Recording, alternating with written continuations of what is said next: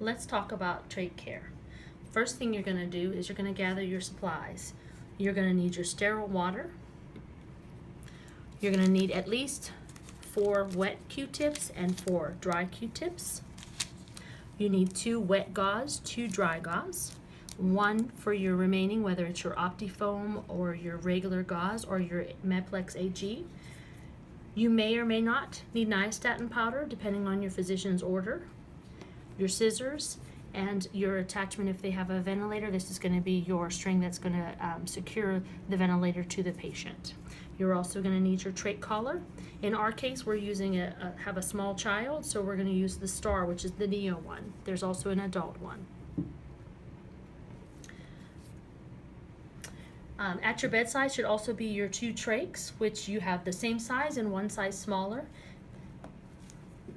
You'll have your suction equipment, so you have your measured suction. You also have your inline catheters.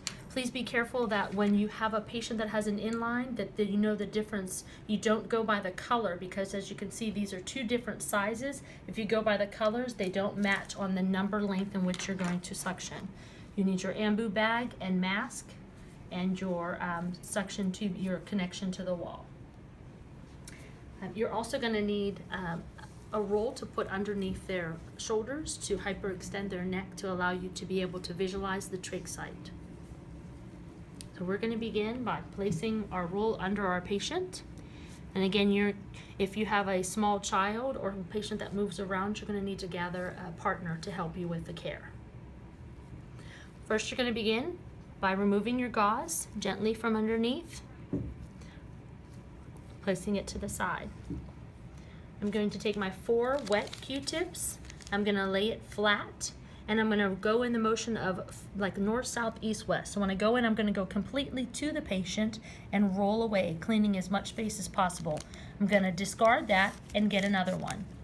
Then I'm going to go up under the side. You may move the trach as needed so that you can get all the way in. You're debriding the area, so it's important that you get all the way to the end, to the trach. I'm going to come on this side and do the exact same thing. Next, I'm going to go to the top, and you may tilt the trach down. Anytime you manipulate the trach, it's going to cause them to cough. So that's normal. I'm going to clean away. Now I'm going to go